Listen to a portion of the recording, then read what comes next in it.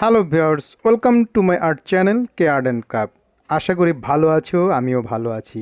আজকে আমি আঁকবো বাংলাদেশের স্মৃতিসৌধ, জাতীয় মনুমেন্ট স্মৃতিসৌধ। প্রথমে টুবি পেন্সিল দিয়ে একটা লাইন দিলাম, তার দুই পাশে দুটো লাইন দিলাম। এরপরে একটু একটু নিচে করে আবার দুই পাশে দুটো লাইন দিচ্ছি। তোমরা জানো স্মৃতিসৌধের 7টা স্তম্ভ, এই 3 নাম্বার স্তম্ভ, এই 4 নাম্বার স্তম্ভ যাচ্ছি, গুনতেছি। এই তো নয়, 7 নাম্বার স্তম্ভে, আসলে আমি গুনতে ভুল করেছি। 7 নাম্বার স্তম্ভ এঁকে ফেললাম, একটার পিছনে আরেকটা থাকে। এবং পিছনের গাছগুলো আঁকছি। একটা পতাকা আঁকছি, পতাকার জন্য লাঠিটা আঁকলাম, তারপর পতাকাটা উড়ছে সেটাও এঁকে ফেললাম। লাল গোলটা দিলাম, পতাকাটা একটু নিচের অংশটা বাড়িয়ে দিলাম। আমরা বিভিন্ন কয়েকটা জাতীয় দিবসে এখানে আমরা ফুলের তোড়া দিয়ে আসি শহীদদের শ্রদ্ধা জানানোর জন্য, সেই ফুলের তোড়াগুলো আঁকলাম। দূরে মেঘ আঁকছি, উপরে আকাশে মেঘও আঁকা হয়ে গেল। এবার হলো সিডি মার্কার দিয়ে সেটাই ড্রয়িং করে দিচ্ছি গাঢ় করার জন্য। আর বন্ধুরা, তোমরা যারা আমার চ্যানেল নতুন, এখনও সাবস্ক্রাইব করোনি, প্লিজ সাবস্ক্রাইব করো এবং বেল বাটনটি অন করে দাও এমন সুন্দর সুন্দর ভিডিও পাওয়ার জন্য। আর যারা অলরেডি সাবস্ক্রাইব করে ফেলেছো তাদেরকে অসংখ্য ধন্যবাদ। এই ভিডিওর ডিসক্রিপশন বক্সে এমন অনেকগুলো আরও অন্য ভিডিওর লিঙ্ক দেওয়া আছে, চাইলে তোমরা দেখতে পারো এবং আশা করি তোমাদের ভালো লাগবে। এরপর ইরেজার দিয়ে অতিরিক্ত পেন্সিল লাইনগুলো ইরেজ করে দিচ্ছি। আর তোমাদের কোনো ভিডিওর চাহিদা থাকলে তোমরা মেসেজ বক্সে লিখো, তাহলে আমি সেরকম ভিডিও অবশ্যই করব তোমাদের জন্য। আর আশা করি আজকের ভিডিওটা অনেক ভালো হতে চলছে, এজন্য শেষ পর্যন্ত দেখো। এরপর কালার শুরু করব। স্কাই ব্লু দিয়ে, প্যাস্টেল কালার স্কাই ব্লু দিয়ে মেঘের নিচের অংশে রং করছি, নিচের অংশে। এরপর গ্রে নিলাম, ওই স্কাই ব্লু থেকে উপরের দিকে গ্রে দিচ্ছি এবং পুরো মেঘটাতে রং করে দিচ্ছি। এটা হলো প্যাস্টেল কালার। এরপর ইয়েলো আকার দিয়ে লাঠিটাতে রং করে দিচ্ছি। প্রথম অন্য একটা রং দিয়েছিলাম, কিন্তু ইয়েলো আকার।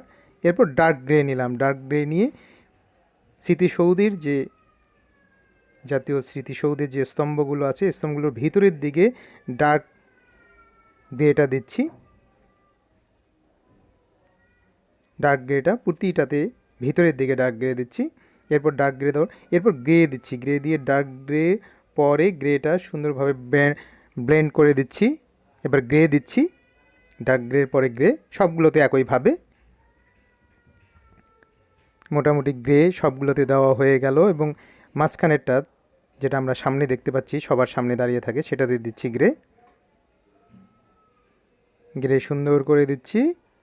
এরপর আবার ডার্ক গ্রে নিলাম, উপরে মাঝখানের যে উপরে এবং নিচে দুটো অংশ থাকে সেই দুটো অংশতে গ্রে দিচ্ছি, ডার্ক গ্রে। এরপর আবার গ্রে নিলাম, গ্রে না, একটু হোয়াইট নিলাম, হোয়াইট নিয়ে আবার হোয়াইট সবগুলোতে এখন ব্লেন্ড করে দিচ্ছি কিনারা পর্যন্ত। প্রতিটা স্তম্ভের 7টা স্তম্ভ থাকে, একটার পিছনে একটা, আরেকটার পিছনে একটা। তোমরা হয়তো জানো 7টা স্তম্ভের 7টা মিনিং আছে। তোমরা ভিডিওটা শেষ পর্যন্ত দেখো, তাহলে দেখলে মজা পাবে এবং অনেক ইনফরমেশন জানতে পারবে। আমাদের যে দুটো জাতীয় দিবস, বিজয় দিবস এবং স্বাধীনতা দিবস, সেগুলোতে আমরা অবশ্যই এখানে ফুল দিতে যাই।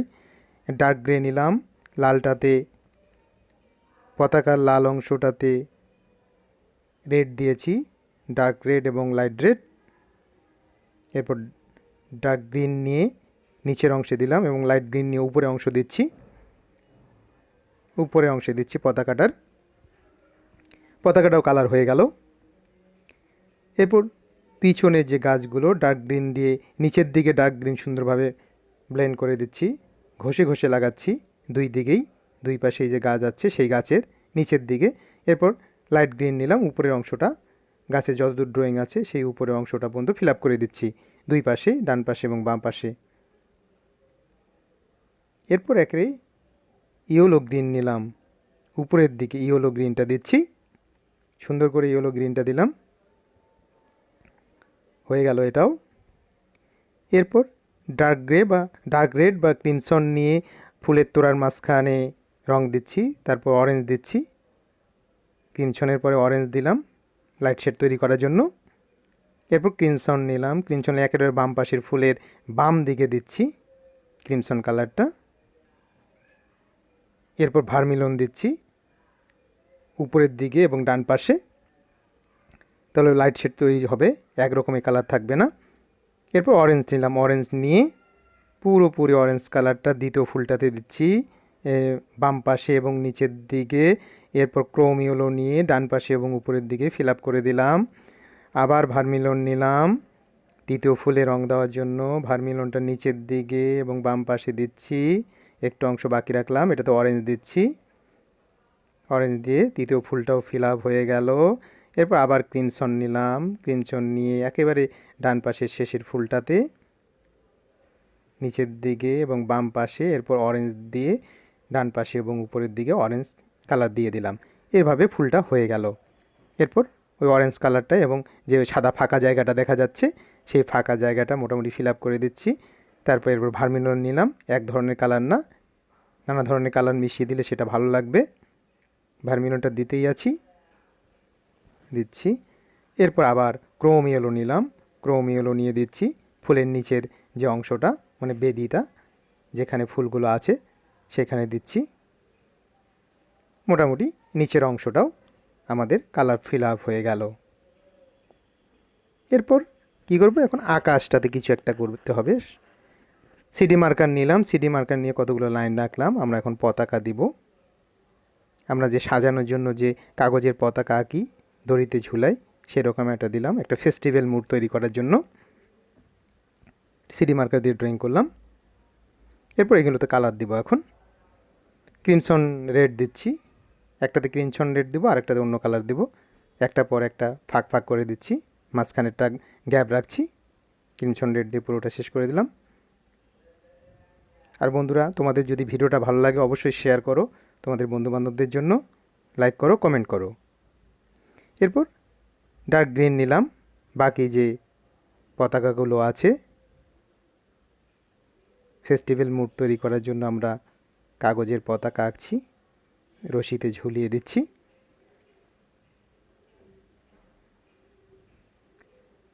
এটাও হয়ে গেল, পতাকাগুলোও রং হয়ে গেল।